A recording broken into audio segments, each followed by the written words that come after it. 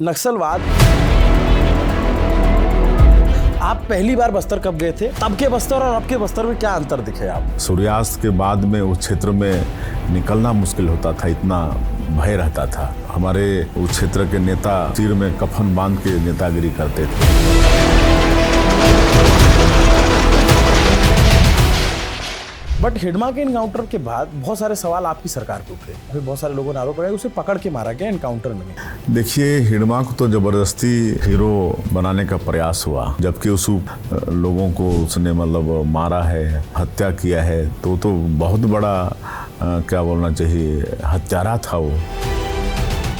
एक जो आदिवासियों के मन की आशंका है, उनके मन में आशंका है कि यार ये नक्सलवाद खत्म हो जाएगा ना तो ये जड़ जंगल जमीन बड़े उद्योगपति ले जाएंगे, यहाँ खदानें खुल जाएंगी और हमको कुछ नहीं मिलेगा, हमारा जंगल कट जाएगा। ये तो जो विरोधी लोग हैं उनका ये षड्यंत्र है, वो ये नैरेटिव फैलाने का प्रयास कर रहे हैं। आप ये कैसे इंश्योर करेंगे कि नक्सलवाद दोबारा ना पनपे? हम लोग को मालूम है।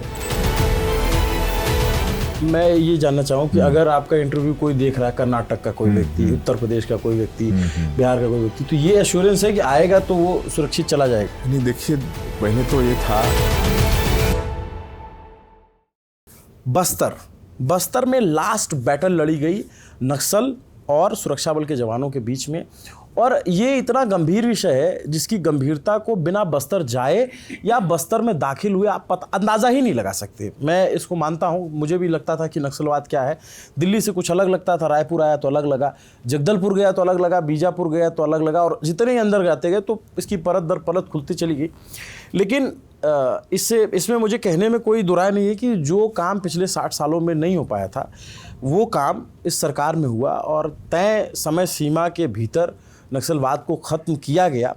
ये अपने आप में सरकार के लिए एक उपलब्धि है, लेकिन इस उपलब्धि के आगे बहुत सारे चैलेंज हैं, जिस चैलेंज के लिए सरकार तैयार है या नहीं है, और इस सरकार ने ये काम कैसे किया, ये सब जानने के लिए हम इस समय छत्तीसगढ़ के मुख्यमंत्री विष्णुदेव साय जी के साथ हैं। सर नमस्ते, कैसे हैं आप? बस ठीक है, नमस्ते आप। तो पहले मैं बिना कोई लाग लपेट की भूमिका बनाए ये जानना चाहता हूँ कि नक्सलवाद हम पढ़ते आ रहे हैं, बचपन से देख रहे हैं, टीवी में जब भी बस्तर छत्तीसगढ़ से खबर आई तो इतने जवान शहीद हो गए, यहाँ आईडी फट गया, ये हो गया, ये सब सुन के बड़े हुए। जो काम बाकी सरकारें नहीं कर पाई, आपकी सरकार पहले सेंटर में भी रही थी, स्टेट में भी रही थी। इस बार ऐसा क्या बदला, क्या चेंज किया रणनीति में कि जो तय डेडलाइन थी 31 मार्च 2026, जिसमें हम जब पूछते थे तो लोग हंसते थे, यार क्या बात करो, नेता तो ऐसे कह देते हैं, ऐसे थोड़ी ना खत्म हो जाएगी नक्सल बात। एक्चुअल बात है, मैं आपको कोई सामने वाली बात नहीं बोल रहा, मैं पत्रकारों से बात करता था, अपने पुलिस के मित्रों से बात करता था। तो क्या किया आप लोगों ने, थोड़ा सा अगर बताना चाहें।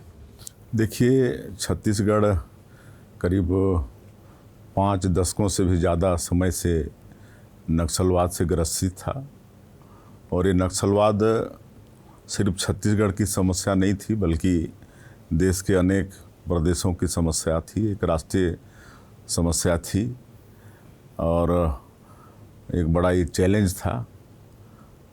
और 2003 में पहली बार छत्तीसगढ़ में भारतीय जनता पार्टी की सरकार बनी, डॉक्टर रमन सिंह के नेतृत्व में। तो उस समय छत्तीसगढ़ के ज़्यादा ज़िले नक्सल ग्रसित थे, और उस समय की हमारी सरकार जो 15 वर्षों तक थी डॉक्टर रमन सिंह के नेतृत्व में, तो भी बहुत साहस के साथ, मजबूती के साथ नक्सलवाद के खिलाफ में लड़ाई लड़े।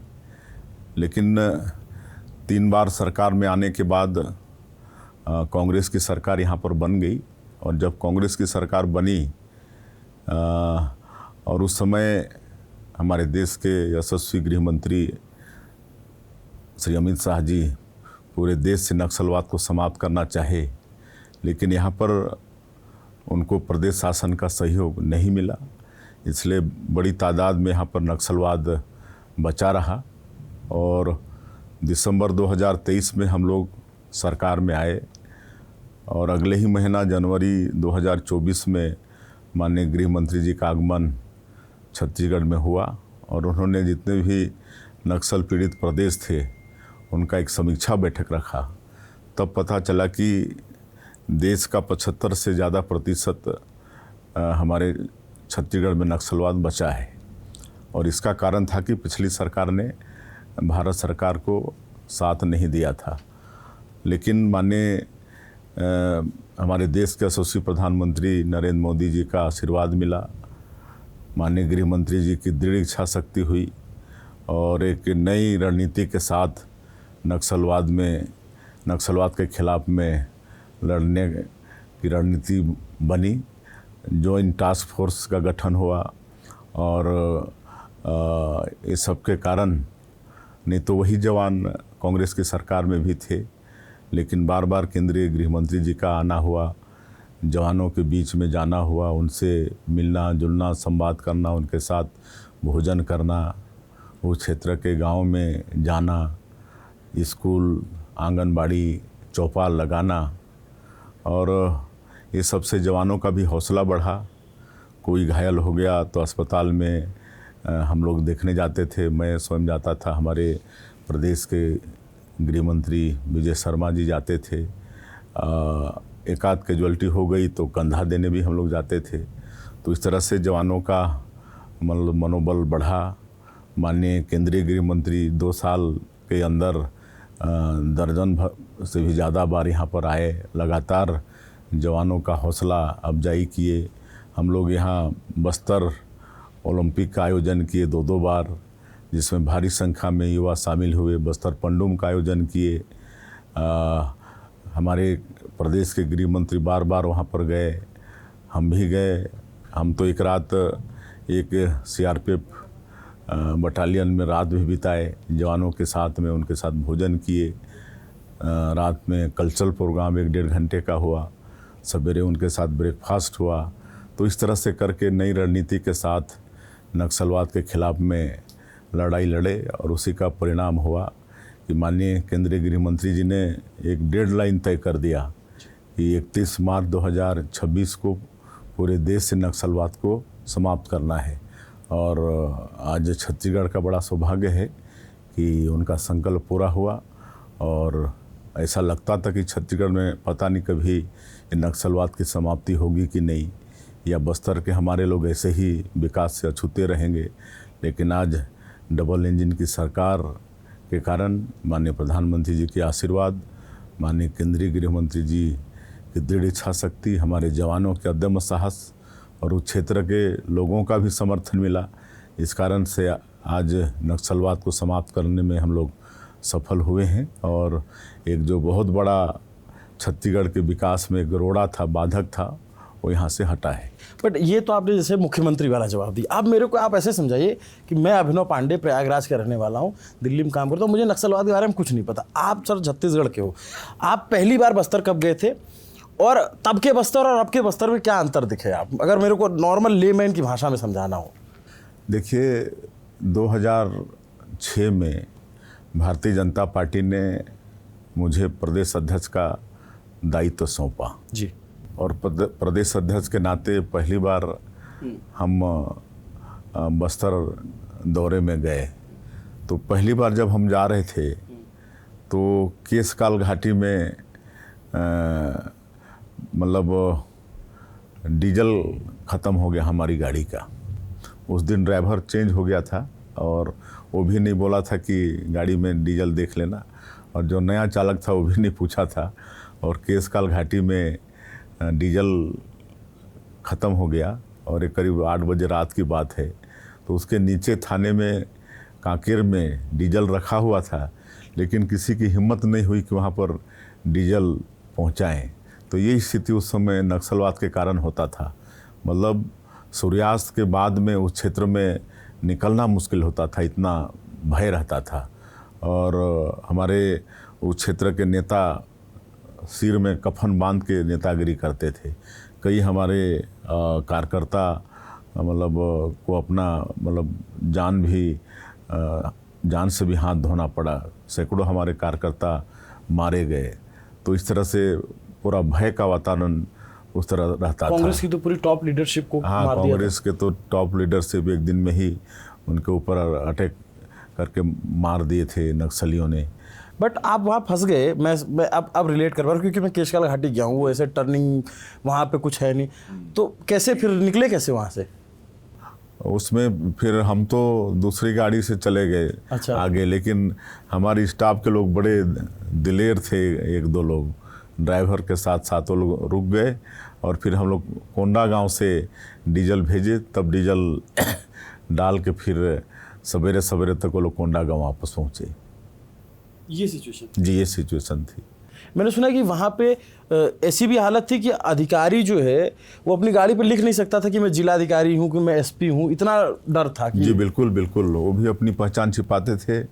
हमारे कार्यकर्ता भी कभी जैसे स्वाभाविक रूप से हमारा कार्यकर्ता मतलब टॉवेल लगाता है केसरिया रंग का, वो भी कोई लगाते नहीं थे। और विशेषकर हमारे कार्यकर्ता ज़्यादा उनके टारगेट में रहते थे, तो सब अपनी भेष छिपा कर जो भी काम करना होता था करते थे। इतना भय का वातावरण था। अब आप बस्तर जाते हो, जैसे आप गए, देखो मैं प्रैक्टिकल बात करूँ, आप सीएम हो, आप जाओगे, अधिकारी पहले से सारा प्रोटोकॉल सेट कर देंगे, रेड कारपेट हो जाएगा, सीएम साहब आए, सब अच्छा दिखे, बट आपका अपना फीडबैक मैकेनिज्म होगा क्योंकि आप पुराने पार्टी के कार्यकर्ता हैं, ज़मीन से जुड़ी राजनीति करते रहे, तो वो फीडबैक आप कैसे लेते हो और एक्चुअल ग्राउंड रिपोर्ट आपके पास आ पाती है कि आपको, मतलब मैं जैसे हम लोग देखते हैं कि भाई नेता अगर बड़े आते हैं तो सब पहले से सेट कर दिया जाता है, सब अच्छा दिखाया जाता है, बट जो ग्राउंड की एक्चुअल रियलिटी है, जनता को अभी क्या चाहिए, वो आप लोग तक फीडबैक आता है? बिल्कुल आता है, कह कि मैं भी एक तो जनजातीय समाज से हूँ और गांव का आदमी हूँ, एक किसान का बेटा हूँ, तो गांव में क्या होती है, गरीबी क्या होती है, और वो पूरे क्षेत्र में जनजातीय समाज के लोग हैं, तो उनकी वास्तविकता से मैं मतलब वाकिफ़ हूँ। और हम तो सुशासन तिहार के माध्यम से जब से मुख्यमंत्री का दायित्व संभाले हैं, तो वहाँ पर अनेकों मतलब 2 साल के अंदर में 100 बार से ज़्यादा बार हमारा उस क्षेत्र में जाना हुआ है। हर ज़िले में नाइट हाल्ट हुआ है। अच्छा। और सुशासन तिहार में हम अचानक कई गांव में हेलीकॉप्टर से उतरे हैं और वहाँ पर जन चौपाल लगा के उनकी समस्या को सुने हैं। अब वो सुनने से बड़ा दुख होता है कि उनको राशन के लिए 5-5 दिन लगते थे। जो राशन उनको देते हैं सरकार से, उस समय रोड नहीं थे, वहाँ पर कोई आते जाते नहीं थे, तो दूर दूर राशन का दुकान होता था। राशन लेने के लिए 5-5 दिन उनको लगते थे। आजकल सुनते हैं तो कितना तकलीफ होता है। आज और नदी पार करके, हाँ, नदी पार करके, जंगल पार करके, वहाँ रास्ता नहीं, पगडंडी में चल के, और आज उन्हीं के गांव में राशन दुकान दी है। आज 5 दिन तो क्या 5 घंटे भी उनको राशन लेने में लग नहीं रहे। पर सर एक बार बताओ कि उनकी अभी भी जब मैं देख के आया हूँ तो मैंने ये देखा कि जैसे लगता है कि देश का बिल्कुल ऐसा कोना है जिसको विकास से वंचित किया गया। मैं जब गांव में जाके देखता हूँ तो स्कूल बम से उड़ा दिए गए थे, अस्पतालों को उड़ा दिया गया था, कोई ऐसा सरकारी स्ट्रक्चर डेवलप होने नहीं पाया, सड़कें नहीं बनी, गांव जो है, तो बहुत ज़्यादा डीप काम करने की ज़रूरत है। उसके लिए आपका क्या रोड मैप है? देखिए, एक तो नक्सलवाद के जितने भी लीडर थे वो सब बाहर के थे, और हमारे जनजातीय समाज के लोग तो मोहरा बन गए। मारने वाले भी वही, मरने वाले भी वही, जिनके ऊपर गोली चली वो भी वही। लेकिन जो माओवाद जो लीडरशिप करते थे बाहर के, और वो तो ऐसो आराम में रहते थे, उनके बच्चे विदेशों में पढ़ रहे हैं, अच्छे स्कूलों में पढ़ रहे हैं। लेकिन अब इनको समझ में आया, जब हम लोग उनके बीच में गए, नई पुनर्वास नीति लाए, उनसे बात किए, उनसे आत्मसमर्पण करने के लिए आह्वान किए, तब जाके उनको समझ में आया। उनको विकास के मुख्यधारा से जुड़ने के लिए बोलना शुरू किए, और उनको वहाँ से निकाल के इधर रायपुर घुमाना शुरू किए। तब उनको समझ में आई कि मतलब विकास क्या चीज़ होती है। अन्यथा वो तो गांव से बाहर निकलते ही नहीं थे। तो एक तरफा जो नक्सली उनके ब्रेन में डालते थे वही उनको समझ में आती थी। सर मैं तो ये देख के आया कि अगर मेरे से पूछेंगे, मैं बहुत सारे राज्य कवर कर चुका हूँ, मुझे लगता है अगर इस देश में सबसे भोला इंसान कहीं का है ना तो बस्तर का है। उसको कुछ नहीं बताया गया। अगर उससे हम पूछ रहे कि बीजापुर के रहने वाले हो तो बोले नहीं हम तो आवापल्ली के हैं। मतलब उसको इतना संकुचित कर दिया गया है कि उसको अपनी आइडेंटिटी का वो क्लियर नहीं हो पाता। और इसमें इस दौरान जो आपका सबसे बड़ा चैलेंज जो आने वाली पीढ़ी है, आप ये कैसे इंश्योर करेंगे कि नक्सलवाद दोबारा ना पनपे? देखिए, हम लोगों को मालूम है कि नक्सलवाद को समाप्त करना ही पर्याप्त नहीं है, लेकिन उस क्षेत्र में विकास भी पहुंचाना है। और जैसे ही हम लोग नक्सलवाद के खिलाफ में लड़ाई शुरू किए, वैसे ही विकास भी शुरू किए। एक नियत नेला नार, मतलब गोंडी भाषा में है, और उसका हिंदी अनुवाद है आपका सुंदर गांव। अच्छा। उसके माध्यम से हम लोग विकास को पहुंचाना शुरू किए। और जैसे ही सुरक्षा कैंप खुलता था तो एक सुरक्षा कैंप के 5 किलोमीटर रेडियस में मतलब वहाँ से नक्सली भाग जाते थे। बाद में केंद्रीय गृह मंत्री जी ने उसको बढ़ा के 5 किलोमीटर के जगह 10 किलोमीटर रेडियस उन्होंने किया। तो जैसे जैसे सुरक्षा कैंप खुलते गए और नक्सलवाद से वो क्षेत्र मुक्त होते गया, वैसे वैसे हम लोग विकास को पहुंचाना शुरू किए नियत नारी योजना के माध्यम से। पहले वहाँ कोई काम करने को तैयार नहीं होते थे, काम सैंक्शन होके पड़े रहते थे, लेकिन सुरक्षा कैंप खुलने से फिर सड़कें बनने लगी, बिजली पहुंचने लगा, घरों में पानी पहुंचाने लगे, वहाँ राशन कार्ड बनने लगा, वहाँ सैकड़ों दूरसंचार के साधन खड़ा किए हैं, स्कूल जो बंद पड़े थे उनको खोले हैं, अस्पताल खोले हैं। तो इस तरह से वहाँ पर विकास भी लगातार मतलब पहुँचाए हैं। और आज 550 से ज़्यादा गांव आबाद हो चुका है, वहाँ सड़कें बनी हैं, बिजली पहुँची है, पानी पहुँचा है, राशन कार्ड बने हैं। आज उनके गांव में राशन का दुकान हो गया है, स्कूल वहाँ खुल गया है, अस्पताल खुल गया है। तो इस तरह से विकास को भी वहाँ पर हम लोग पहुँचा रहे हैं। और जैसे पर्यटन की अपार संभावना है, तो पर्यटन को भी हम लोग बढ़ाने वाले हैं। नई उद्योग नीति बनाए हैं प्रदेश का, तो उसमें पर्यटन को भी शामिल किए हैं। और बस्तर क्षेत्र को तो धरती का स्वर्ग कह सकते हैं। प्राकृतिक दृष्टिकोण से इतना सुंदर है, अनेकों वाटरफॉल हैं, कुटुमसर का गुफा है, लंबा चौड़ा बुजमाड़ का जंगल है। तो हम लोग वहाँ पर आपका धुड़मारा जो एक गांव है उसको यूनेस्को मतलब 60 देश में जो 20 बेस्ट विलेज का चयन किया है पर्यटन के हिसाब से, तो उसमें हमारा धुड़मारा शामिल है। क्या है ये सर?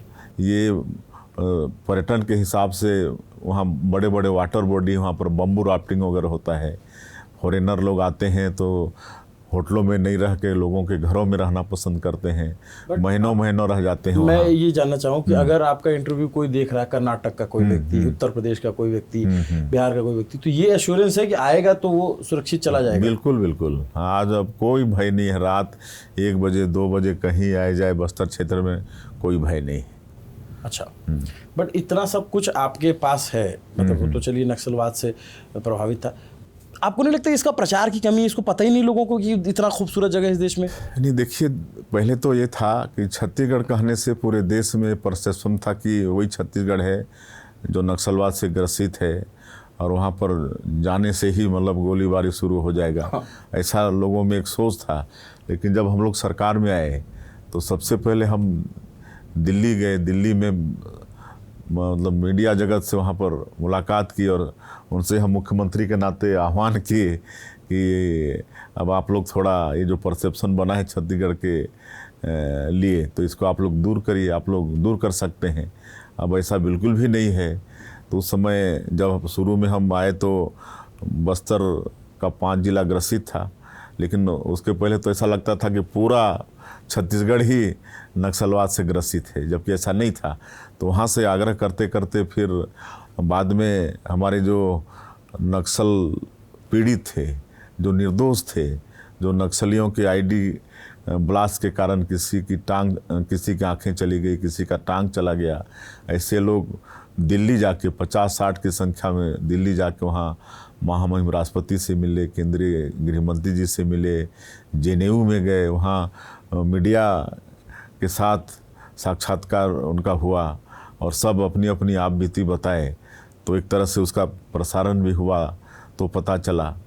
और अब लगातार हम लोग प्रयास कर रहे हैं, दिल्ली भी बार बार जाके, यहाँ भी मतलब कार्यक्रम वगैरह करके पत्रकारों को भी बुला के कि अब छत्तीसगढ़ के विषय में जैसे मतलब आप बताइए कि अब यहाँ पर नक्सलवाद बिल्कुल भी नहीं है। जैसे आपने एक बात बोली ना कि बड़े नेता जो इनके थे माओवादियों के, ये सब इनके बच्चे तो अपना सब करते। मैं एक उससे बात कर रहा था नक्सल के टॉप लीडर से, उनसे मैंने पूछा कि जो है ये लोगों को यहाँ पे ये माओ लेनिन ये सब समझ में आता है? तो बोले ये सब नहीं समझ में आता है। तो हमने कहा कैसे इनके हाथों में बंदूक आई? तो उन्होंने पूरा बताया कि कैसे आए, नाच गाना और ये वो मंडली बनाई, फिर हथियार ले। बट उन्हीं सब के बीच में एक नक्सल लीडर हुआ हिडमा, और उसने वो सब कुछ देखा जो उसके आसपास हो रहा था, तो वो उसको लगा कि नक्सली ही सरकार होते हैं, उसके पास तो सरकार थी नहीं। बट हिडमा के इनकाउंटर के बाद बहुत सारे सवाल आपकी सरकार पे उठे कि जो विपक्ष ने या फिर बहुत सारे लोगों ने आरोप लगाया उसे पकड़ के मारा गया, इनकाउंटर में नहीं। इस आरोप पे आपका क्या कहना है? देखिए, हिडमा को तो ज़बरदस्ती हीरो बनाने का प्रयास हुआ, जबकि उसके ऊपर कितने मतलब कांड करने के आरोप हैं, कितने लोगों को उसने मतलब मारा है, हत्या किया है। तो बहुत बड़ा क्या बोलना चाहिए, हत्यारा था वो। हाँ, लेकिन जो लोग दूर में बैठे हैं, जिनको कुछ अता पता नहीं है, जो नक्सली क्या होता है उसको जानते नहीं हैं, ऐसे लोग उसको ज़बरदस्ती का हीरो बनाने का प्रयास किए, जबकि ऐसा बिल्कुल भी नहीं है। बट जो इनकाउंटर के आरोप लगे उस पर ऐसा बिल्कुल नहीं है। एक्सचेंज, फायर एक्सचेंज हुआ। हाँ, इनकाउंटर में वो हुआ। अच्छा, आखिरी 2 सवाल। एक, जो आदिवासियों के मन की आशंका है, चूंकि आपसे तो बहुत अच्छा कनेक्ट भी बनता है, आप उनकी भाषा भी समझते हैं, उनके मन में आशंका है कि यार ये नक्सलवाद खत्म हो जाएगा ना तो ये जड़ जंगल ज़मीन बड़े उद्योगपति ले जाएंगे, यहाँ खदानें खुल जाएंगी और हमको कुछ नहीं मिलेगा, हमारा जंगल कट जाएगा। इस आशंका को मतलब उनको कैसे आश्वस्त करेंगे? देखिए, हम लोग बराबर उनके बीच में जा रहे हैं और वहाँ जैसे मैंने कहा कि नियत नेलानार योजना के माध्यम से उन तक विकास पहुँचा रहे हैं। और ये तो जो विरोधी लोग हैं उनका ये षड्यंत्र है, वही नैरेटिव फैलाने का प्रयास कर रहे हैं कि बीजेपी पिछले नक्सलवाद को यहाँ पर समाप्त की है कि उद्योगपतियों को अडानी आ जाएगा, जबकि ऐसा कुछ नहीं है। वहाँ तो इसके अलावे भी इतना हम लोग एग्रीकल्चर को वहाँ बढ़ा रहे हैं, सैकड़ों तरह के वहाँ पर।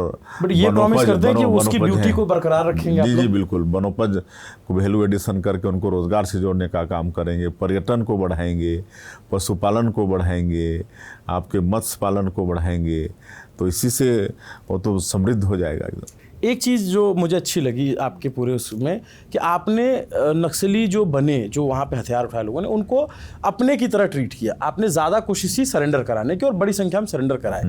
अब सवाल ये कि जो लोग सरेंडर किए हैं, जिन्होंने कभी गन चलाई है या चलाते थे, उनको कैसे मुख्य धारा से जोड़ेंगे? उनके लिए क्या योजनाएं हैं आपके पास? उनके लिए क्या काम है? दूसरा ये कि जो लोग कई बार नक्सली और पुलिस दोनों के बीच में फंसे और पुलिसिया कार्रवाई के भी शिकार हुए, उनकी भी बहुत सारी शिकायतें हैं, उनको कभी क्या इंसाफ मिलेगा?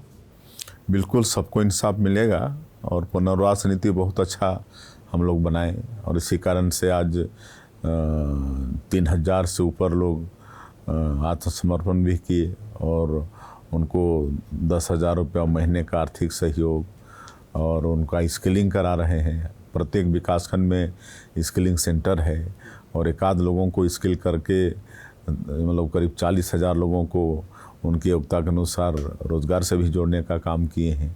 और अगर शहर में रहेंगे तो 4 डिसमिल उनको ज़मीन मकान बनाने के लिए, गांव जाएंगे तो उनको 1 हेक्टेयर खेती करने के लिए, ये सब हमारी नई पुनर्वास नीति में है।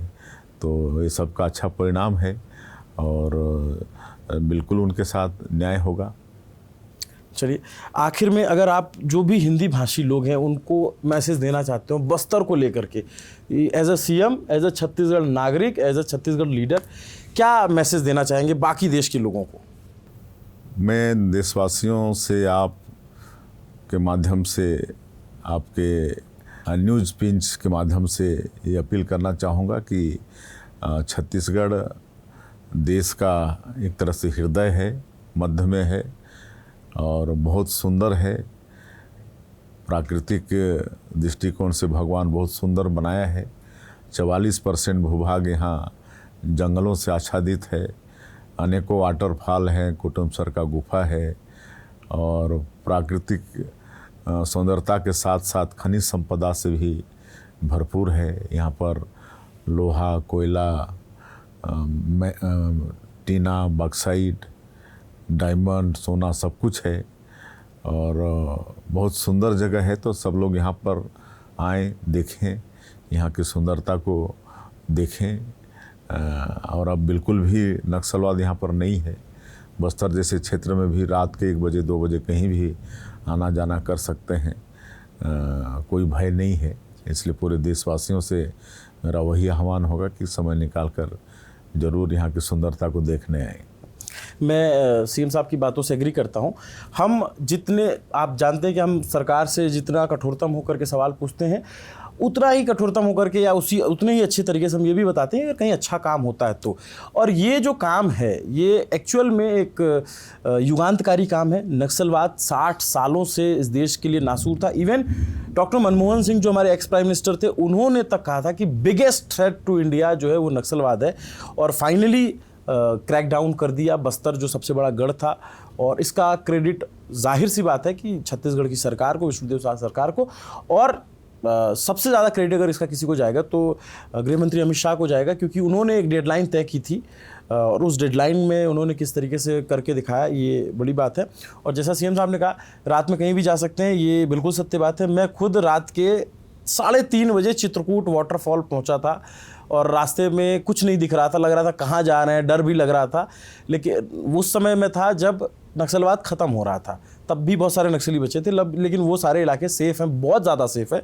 आपको मौसम के हिसाब से थोड़ा बारिश के मौसम में आएंगे तो बहुत अच्छा होगा। गर्मी में थोड़ी गर्मी ज़्यादा रहती है, लेकिन बाकी सारे मौसम बस्तर ज़रूर आना चाहिए हर किसी को, क्योंकि बस्तर इतना खूबसूरत है, अनटच्ड ब्यूटी है। कश्मीर जाते हैं, हिमाचल जाते हैं, बस्तर भी आइए, मैं ये कहूँगा। और हमारी वो डॉक्यूमेंट्री ज़रूर देखिए, बस्तर लास्ट बैटल ऑफ नक्सल, जिस पे हमने लंबे 15 दिन रह कर के काम किया। सारे जो जिम्मेदार हैं उनसे सवाल पूछे, उनसे जवाब तलब किया और पूरी स्थिति को क्या था, क्या है, क्या होगा, उस पर बातचीत की। और इस बातचीत के क्रम में सर आपने समय निकाला, thank you so much. Last में चलते चलते बता दी, इतनी अंगूठी काहे पहनते हैं आप? मैं जितनी बार सवाल पूछ रहा था मेरी नज़र जा रही थी, तो चमक रहा है। तो कहीं मेरे को कोई नग बोलते हैं या मड़ियाँ बोलते हैं, कुछ आपकी आस्था है? बिल्कुल आस्था है, आस्था है। अच्छा, चलिए आपको बहुत ढेर सारी शुभकामनाएं, थैंक यू सो मच। धन्यवाद, आपका भी बहुत बहुत धन्यवाद। देखते रहिए न्यूज़ पिंच। अभिनव पांडे नाम है मेरा, शुक्रिया।